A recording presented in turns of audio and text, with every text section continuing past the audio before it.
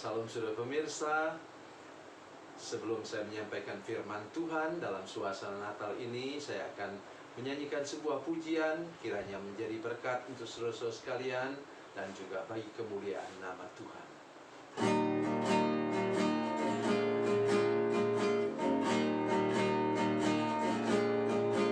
Di sawah dan di ladang ku bekerja, di sana Yesus ada bersamaku. Di rumah dan di pondok ladangku berada, di sana Yesus ada besertaku.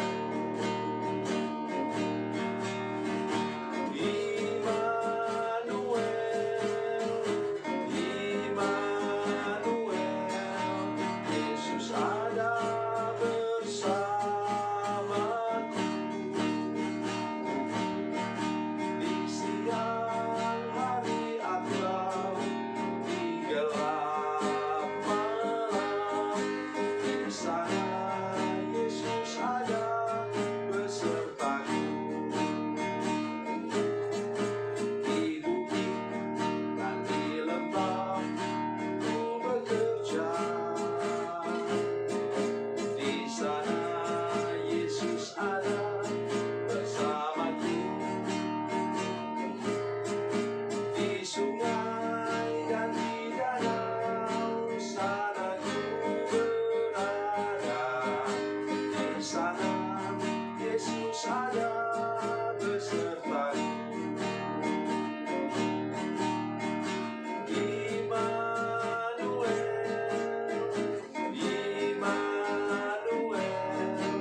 Yesus ada bersamaku. Di siang hari atau di gelap malam, di sana Yesus ada besertaku.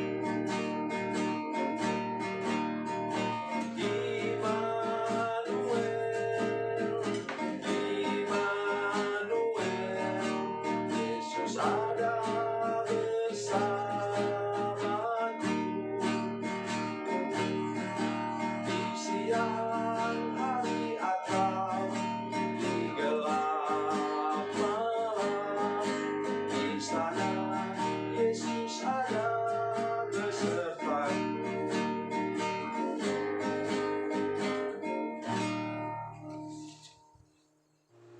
Salam saudara pemirsa, salam berjumpa kembali dengan kami dalam program Berita Pengharapan. Minggu ini saya ingin menolong kita semua. Itu tema kita sepanjang tahun ini, untuk kita rajin berbuat baik. Sebelum mendengarkan firman Tuhan, mari kita berdoa. Bapa, dalam nama Yesus, terima kasih ada firman Tuhan yang luar biasa yang menyemangati kami, mendorong kami untuk optimis, mendorong kami untuk mengalami perubahan hidup dan menerima segala sesuatu yang terbaik daripada Tuhan sepanjang tahun 2021 ini. Terima kasih Tuhan, dalam nama Yesus. Haleluya. Amin. Mari kita mendengarkan firman Tuhan dari Perjanjian Baru. Perjanjian Baru, Surat Roma pasal 12. Roma 12 ayat 1 sampai 8. Roma 12 ayat 9 sampai 21. Roma 12 ayat yang ke-9 sampai 21. Saya ingin membaca beberapa ayat saja untuk kita, menolong kita untuk kita mengalami sesuatu yang luar biasa daripada Tuhan. 9 sampai 13. 9 sampai 13 kita baca sebenarnya ayat 9 sampai 21, tetapi saya baca untuk kita ayat 9 sampai 13. Hendaklah kasih itu jangan pura-pura. Jauhilah yang jahat dan lakukanlah yang baik. Hendaklah kamu saling mengasihi sebagai saudara dan saling mendahului dalam memberi hormat. Janganlah hendaknya kerajinanmu kendor. Biarlah rohmu menyala-nyala dan layanilah Tuhan. Bersukacitalah dalam pengharapan, sabarlah dalam kesesakan, dan bertekunlah dalam doa. Bantulah dalam kekurangan orang-orang kudus dan usahakanlah dirimu untuk selalu memberi tumpangan. Amin. Saudara pemirsa, seringkali kita mengatakan, mengapa saya sulit sekali untuk menolong orang atau untuk berbuat baik? Kuncinya ialah karena hati saudara belum dibereskan. Mari kita lihat prinsip-prinsip firman Tuhan. Yang pertama, hendaklah kasih itu jangan pura-pura. Jauhilah yang jahat dan lakukanlah yang baik. Itu dia kuncinya. Kenapa?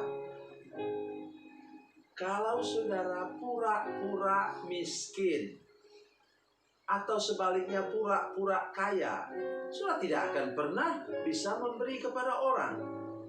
Misalnya, saudara pura-pura miskin, saudara takut. Kalau selalu pikirannya begini, aduh, kalau saya memberi sesuatu untuk orang ini yang minta-minta di depan rumah saya, nanti datang lagi yang lain, datang lagi yang lain. Itu sebabnya mengapa saudara kemudian tidak mau memberi, supaya semua orang di lingkungan saudara tahu saudara miskin. Akhirnya apa?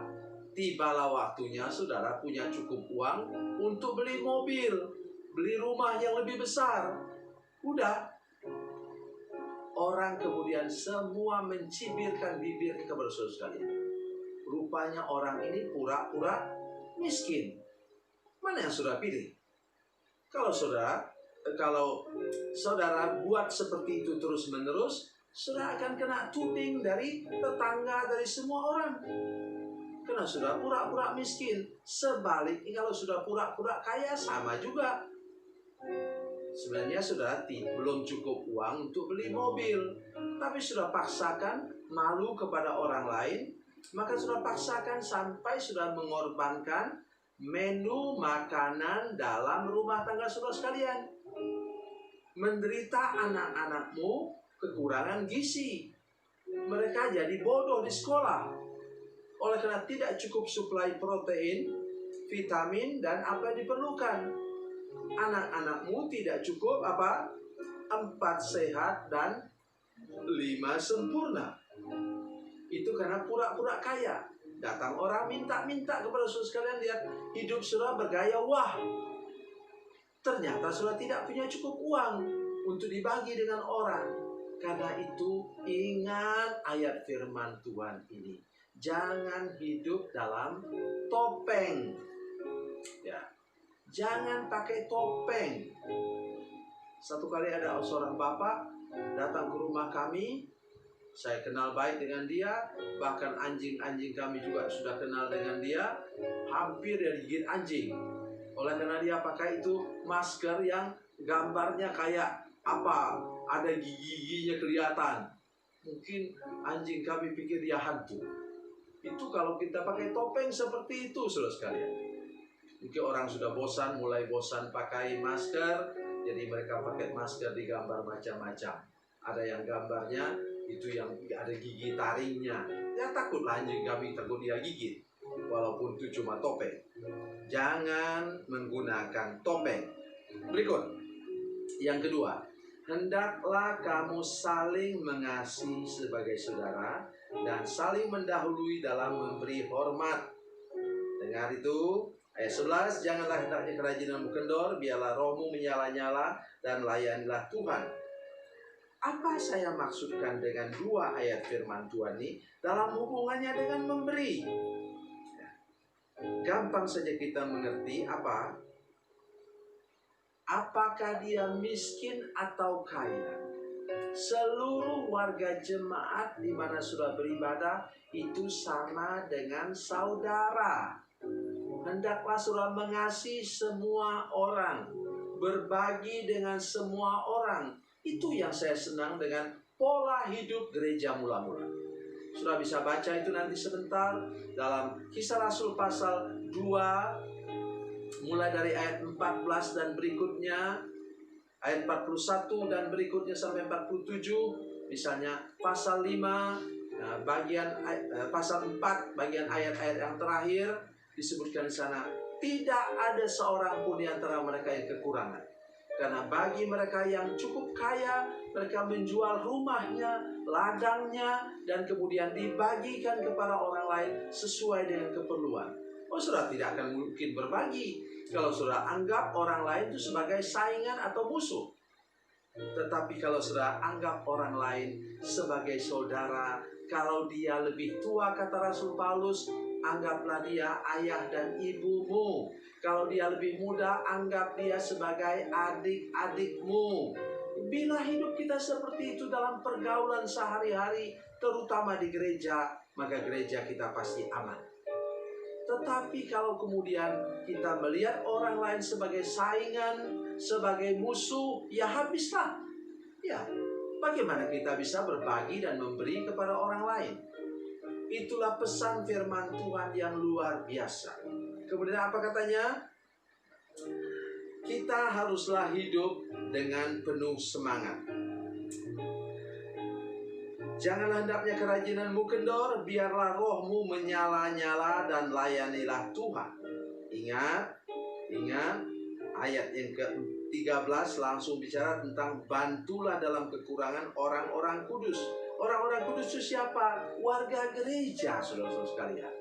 Dan juga termasuk diantaranya hamba-hamba Tuhan.